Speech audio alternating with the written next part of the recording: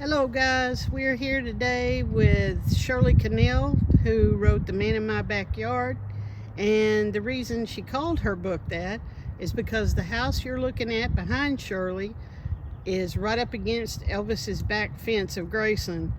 Hey Shirley, we're so glad that you joined us today, and we know that you grew up at this location and had a time of your life watching over the fence when you got a chance, or other happenings with Elvis. If you'd like to tell us a few of them, we'd love to hear it. Eye on the prize at all times.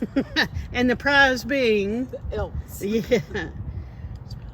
Yeah, we moved here in November of 1962.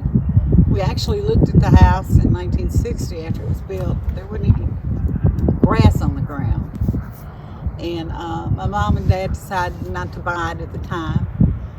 But she said, if it ever comes back up for sale, I'll buy it. So that gave me a mission to look at the newspaper every day, read the real estate, make sure it wasn't up for sale. And then one day I saw it for sale. I went screaming through the house, it's for sale, it's for sale, it's for sale. And they bought it. And in November of 62, we moved into it. And my life was never the same.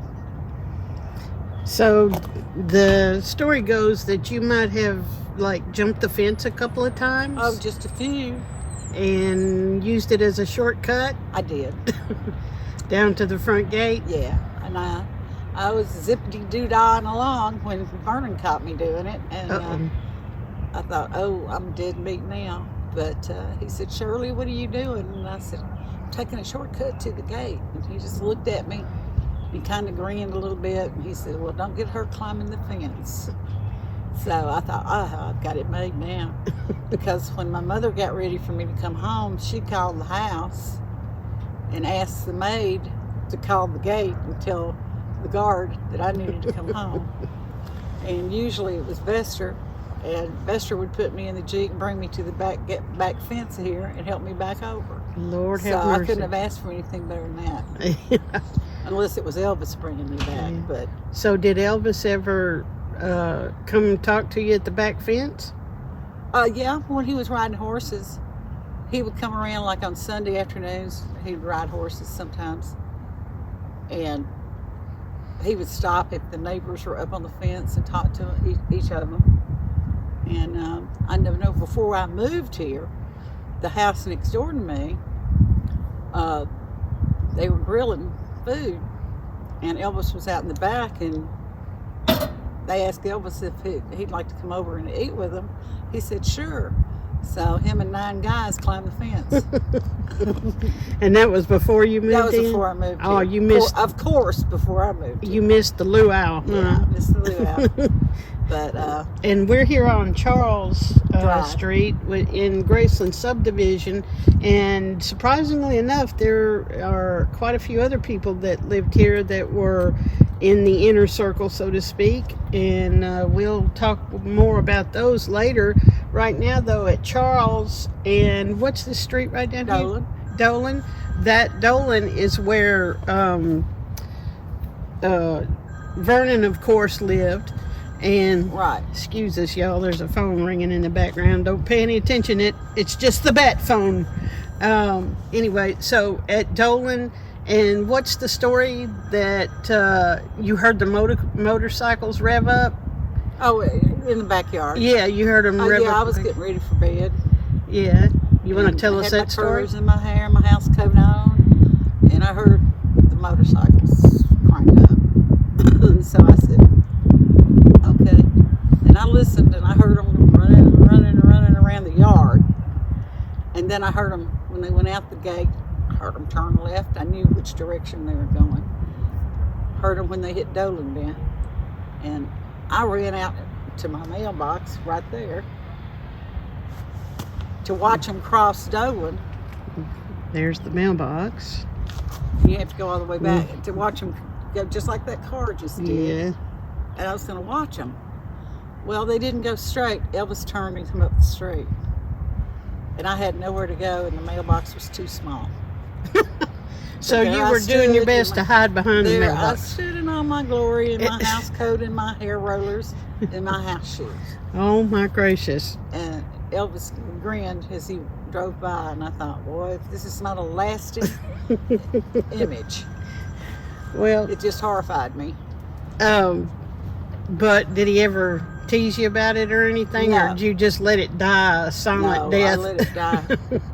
Slow death there. Yeah. Is there any other little stories you'd like to tell some folks that they may not know that's in your book that you know? And by the way, folks, her book is a wonderful read. It's a glimpse into a world that she started out as a fan, a Gate fan, and actually became kind of a regular friend fan, and got to go to movies and go skating and go to the fairgrounds along with having him in her backyard too. So Yeah. Is there any other things you would like Not to? right off the bat that I can think of.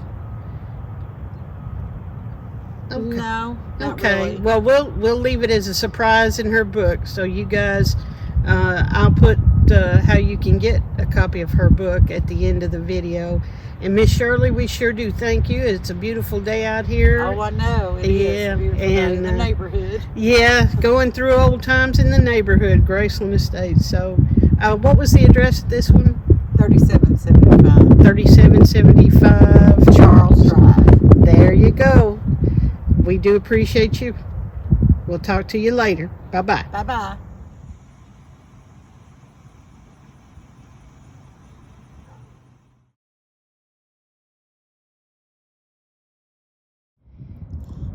Here we are at Graceland, what used to be the site of Graceland Elementary School, where Elvis and the guys used to play touch football and tackle football and kill you football and everything else. And I'm here with Shirley Connell again. Well, we were watching the game, and I believe this was another night, though. It wasn't the same one.